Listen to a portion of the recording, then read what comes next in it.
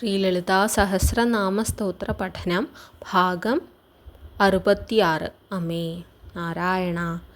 നാമം 881. യജ്ഞപ്രിയ. ദേവി യാഗാദി കർമ്മങ്ങളെയും ഹോമങ്ങളെയൊക്കെ ഇഷ്ടപ്പെടുന്നു. ഒരു യാഗത്തിൽ യാഗാഗ്നിയിൽ ഹവിസ് സമർപ്പിക്കുമ്പോൾ നമ്മളെ തന്നെയാണ് അഗ്നിശുദ്ധി വരുത്തുന്നത്. ഞാനെന്ന ഭാവമാണ് ആ അഗ്നിയിൽ ഇല്ലാതെയാകുന്നത്. ആ വിധം ആത്മശുദ്ധി വരുത്തുന്ന പ്രവർത്തികളെന്തും ഇഷ്ടപ്പെടുന്ന ദേവി ലളിതാംബിക. 882 നാമം യജ്ഞകർത്രി. യജ്ഞ രൂപിയാണ് ദേവി എന്ന് 769 നാമമായിട്ട് നമ്മൾ പറഞ്ഞു. യജ്ഞം ഇഷ്ടപ്പെടുന്നവളും ദേവിയാണ്. ഇനി യജ്ഞകർത്താവും യജ്ഞം നടത്തുന്നവളും ദേവി തന്നെ. 883 നാമം യജമാന സ്വരൂപിണി. ആർക്കു വേണ്ടിയാണോ യജ്ഞം നടത്തുന്നത് ആ വ്യക്തിയെയാണ് യജമാനൻ എന്ന് പറയുന്നത്. ആ യജ്ഞത്തിൻ്റെ ഫലം ലഭിക്കുന്നത് ആ വ്യക്തിക്കാണ്. യജ്ഞരൂപിയാണ്. യജ്ഞം എന്ന പ്രവൃത്തിയാകുന്നത് ദേവിയാണ്. യജ്ഞപ്രിയയാണ്. യജ്ഞം ഇഷ്ടപ്പെടുന്നവളാണ്. യജ്ഞകർത്രിയാണ്. യജ്ഞം നടത്തുന്നവളാണ്. ഇനി യജമാന സ്വരൂപിണിയായി ആ യജ്ഞഫലം അനുഭവിക്കുന്നതും ദേവി തന്നെ.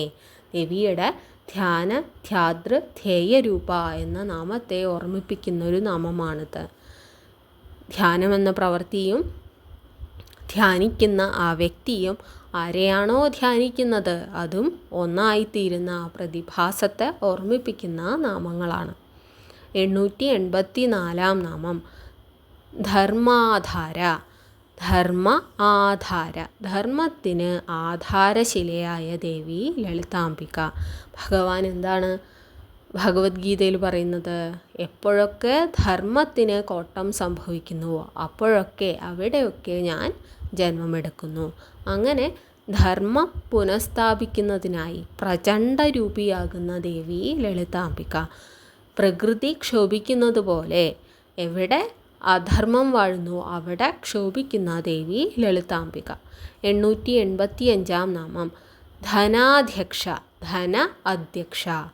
പ്രപഞ്ചത്തിലെ സകല സമ്പത്തിൻ്റെയും ആധാരകേന്ദ്രമായ ദേവി ലളിതാംബിക. ധനാധ്യക്ഷനായിട്ട് അറിയപ്പെടുന്നത് കുബേരനാണ്. കുബേരൻ ശ്രീലളിതാ ത്രിപുര സുന്ദരിയുടെ കറകളഞ്ഞ ഭക്തനാണ്. ആ ഭക്തനും ഭക്തൻ്റെ ദേവിയും ഒന്ന് തന്നെ എന്ന അർത്ഥത്തിലും ദേവിയെ ധനാധ്യക്ഷ എന്ന് വിളിക്കാം. 886 നാമം ധനധാന്യ വിവർദ്ധിനി. ഭക്തന് അവൻ്റെ ആവശ്യമനുസരിച്ച് ധനവും ധാന്യവും വർദ്ധിപ്പിച്ചു നൽകുന്നവൾ എന്ന അർത്ഥം. ഓരോ ഭക്തൻ്റെയും ആവശ്യങ്ങൾ വ്യത്യസ്തമായിരിക്കും. ചിലർക്ക് വിദ്യാധനമായിരിക്കും വേണ്ടത്, ചിലർക്ക് മനസമാധാനമായിരിക്കും വേണ്ടത്. ആ ഭക്തൻ്റെ ആഗ്രഹം എന്തോ ആ ധനവും ധാന്യവും വലിയ അളവിൽ നൽകുന്ന ദേവി ലളിതാംബിക. 887 നാമം വിപ്രപ്രിയ. വിപ്രരിൽ പ്രിയമുള്ളവൾ. ആരാണ് വിപ്രൻ? ബ്രഹ്മജ്ഞാനമുള്ള, ഇന്ദ്രിയങ്ങളെയും മനസ്സിനെയും ജയിച്ച, ധർമ്മശാസ്ത്രങ്ങൾ അറിയുന്ന ഏതൊരു മനുഷ്യനും വിപ്രനാണ്. അപ്രകാരം ഉള്ള വിപ്രനിൽ പ്രിയമുള്ള ദേവി ലളിതാംബിക. 888 നാമം വിപ്രരൂപ. ആത്മജ്ഞാനിയായ ഒരു മനുഷ്യനിൽ ആ ജ്ഞാനരൂപത്തിലിരിക്കുന്ന ദേവി ലളിതാംബിക. 889 നാമം വിശ്വഭ്രമണകാരിണി. ഈ പ്രപഞ്ചത്തിൻ്റെ സൃഷ്ടി സ്ഥിതി സംഹാരത്തിന് ശേഷം തിരോധാനം, അങ്ങനെ ഒരു പ്രപഞ്ചം തന്നെ നിലനിന്നിരുന്നു എന്നൊരു ഓർമ്മ പോലും അവശേഷിക്കാത്ത വിധം അതിനെ അലിയിപ്പിച്ച് തന്നോട് ചേർക്കുന്ന ആ പ്രവൃത്തി കൂടി ചെയ്യുന്ന ദേവി ലളിതാംബിക. ഈ വിശ്വത്തിൽ, ഈ ബ്രഹ്മാണ്ടത്തിൽ എന്തൊക്കെ സംഭവിച്ചാലും അതിനെല്ലാം കാരണഭൂതയായ ദേവി ലളിതാംബിക. ദേവിയാണ് വിശ്വഭ്രമണകാരിണി. 890 നാമം വിശ്വഗ്രാസ. ദേവി തിരോധാനകരീശ്വരിയാണ് എന്നൊരു നാമം ഓർക്കുന്നുണ്ടാവും. അതായത് സംഹാരത്തിന് ശേഷം ആ ഒരു വസ്തു, ആ ഒരു വ്യക്തി ഈ പ്രപഞ്ചത്തിൽ നിലനിന്നിരുന്നു എന്നൊരു ഓർമ്മ പോലും ഇല്ലാത്ത വിധത്തിൽ അതിനെ അലിയിച്ച് കളഞ്ഞ് അതിനെ തന്നോട് ചേർക്കുന്ന ദേവി ലളിതാംബിക. ആ ദേവി ഈ വിശ്വത്തെ മുഴുവൻ ഗ്രസിച്ച് കളയുന്നു, വിഴുങ്ങിക്കളയുന്നു, എൻഗൾഫ് ചെയ്ത് കളയുന്നു. 891 നാമം വിദ്രുമാഭ. വിദ്രുമ ആഭ. വിദ്രുമം എന്നാൽ പവിഴക്കല്ല്. പവിഴക്കല്ല്, ആ രത്നത്തോളം തിളക്കമുള്ള ദേവി ലളിതാംബിക. ദേവി അരുണവർണ്ണത്തിലാണ് ഉള്ളത് എന്ന് നമ്മൾ തുടക്കത്തിലേ വർണ്ണിച്ചതാണ്. പവിഴക്കല്ല് പോലെ ചുവന്ന് പ്രകാശപൂരിതമായ ദേവിയുടെ ശരീരം. ഇനി വിദ്രുമം എന്നാൽ ജ്ഞാനവൃക്ഷം എന്നൊരു അർത്ഥമുണ്ട്. ജ്ഞാനവൃക്ഷത്തിൻ്റെ പ്രകാശത്തോളം പ്രകാശമുള്ള ദേവി ലളിതാംബിക. 892 നാമം വൈഷ്ണവി. ദേവി വിഷ്ണു സഹോദരിയാണ്. ആ അർത്ഥത്തിൽ വൈഷ്ണവി എന്ന് വിളിക്കാം. ഇതല്ലെങ്കിൽ ബ്രഹ്മ വിഷ്ണു മഹേശ്വരന്മാർക്കും ശക്തി സ്രോതസ്സായവൾ ദേവിയാണ്. ആ അർത്ഥത്തിൽ വിഷ്ണുവിൻ്റെ അമ്മയായ വൈഷ്ണവി എന്ന് വിളിക്കാം. അതല്ലെങ്കിൽ വിഷ്ണുവിന് ശക്തി കേന്ദ്രമായിരിക്കുന്നവൾ വൈഷ്ണവി. 893 നാമം വിഷ്ണുരൂപിണി. ആ വിഷ്ണുവായിരുന്നു കൊണ്ട് സർവ്വതിനെയും സംരക്ഷിക്കുന്ന, ഈ പ്രപഞ്ചത്തിന് മുഴുവൻ സംരക്ഷകയായിരിക്കുന്നവൾ ദേവി ലളിതാംബിക. സർവവ്യാപി എന്നൊരർത്ഥത്തിലും വിഷ്ണുരൂപിണി എന്ന ദേവിയെ വിളിക്കാം. 894 നാമം അയോനി എന്നാൽ ജനനമില്ലാത്തവൾ. ദേവി സ്വയംഭൂവായ ചൈതന്യരൂപിണിയാണ്. ദേവി ഒരു യോനിയിലൂടെ ജന്മമെടുക്കുന്നില്ല. അതിനാൽ ദേവി അയോനി. അയോനിയായി നിലനിൽക്കുമ്പോഴും ദേവി 895 നാമം എന്താണ്? യോനി നിലയ. സർവ്വതിൻ്റെയും ജന്മസ്ഥലം ദേവിയാകുന്നു. ഈ പ്രപഞ്ചത്തിൽ കാണുന്നതെല്ലാം ദേവിയിൽ നിന്ന് ജന്മമെടുക്കുന്നതാണ്. പ്രകൃതിയായി നിന്നുകൊണ്ട് സൃഷ്ടിക്ക് കാരണമാകുന്ന ദേവി ലളിതാംബിക യോനി നിലയ. 896 നാമം കൂടസ്ഥ. കൂടം എന്നാൽ അജ്ഞാനം എന്നൊരർത്ഥമെടുത്താൽ അജ്ഞാനത്തിൽ നിലനിൽക്കുന്നവൾ, മായാസ്വരൂപിണിയായ ദേവി ലളിതാംബിക, നമ്മളെ ഭ്രമിപ്പിച്ച് കളയുന്നവൾ.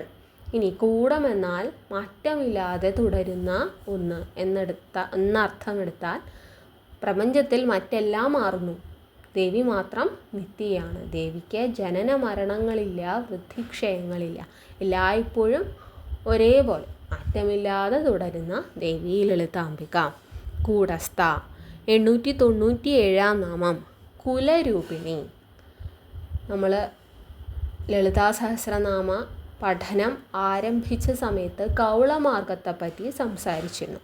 ശാക്തേയ ആരാധനാ രീതിയിലെ ഒരു ആരാധനാ പാരമ്പര്യമാകുന്നു കൗളമാർഗം.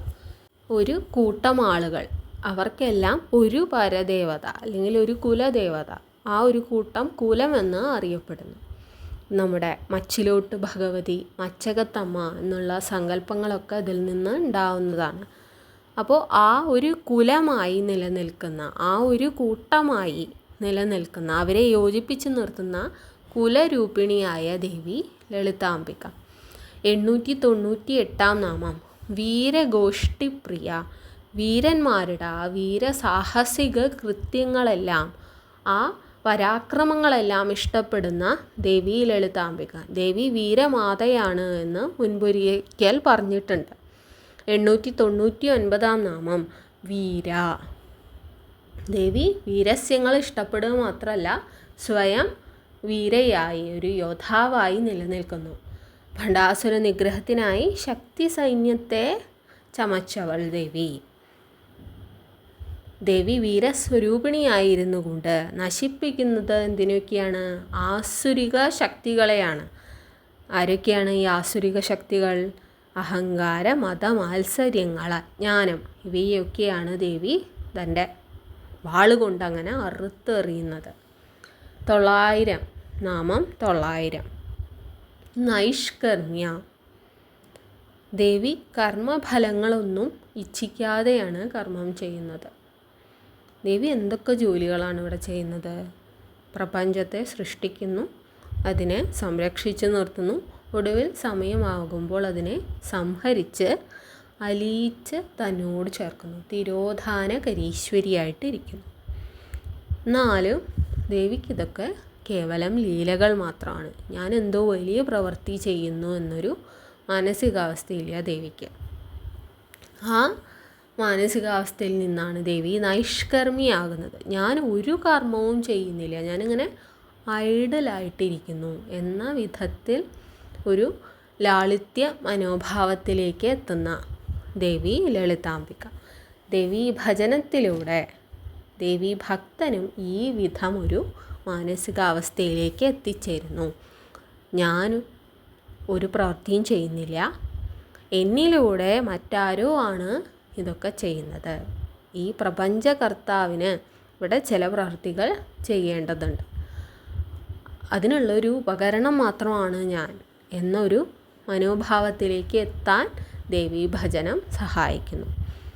നമ്മളിന്ന് 881 മുതൽ 900 വരെയുള്ള നാമങ്ങളാണ് പഠിച്ചത്. നമുക്കൊന്ന് ചൊല്ലി നോക്കാം. യജ്ഞപ്രിയ, യജ്ഞകർत्री, യജമാനസ്വരൂപിണി, ധർമാധാര, ധനാധ്യക്ഷ, ധനധാന്യവിവർദ്ധിനി, വിപ്രപ്രിയ, വിപ്രരൂപ, വിശ്വഭ്രമണകാരിണി, വിശ്വഗ്രാസ, വിദ്രുമാഭ, വൈഷ്ണവി, വിഷ്ണുരൂപിണി, അയോനി, യോനിനിലയ, കൂടസ്ഥ, കുലരൂപിണി, വീരഗോഷ്ഠിപ്രിയ, വീര, നൈഷ്കർമ്മ്യ.